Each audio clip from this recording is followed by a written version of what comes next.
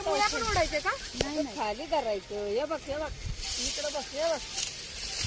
अच्छा खालून पकडायचं खालून. तर हाय घे ते येऊन कुठं हे काढा किती.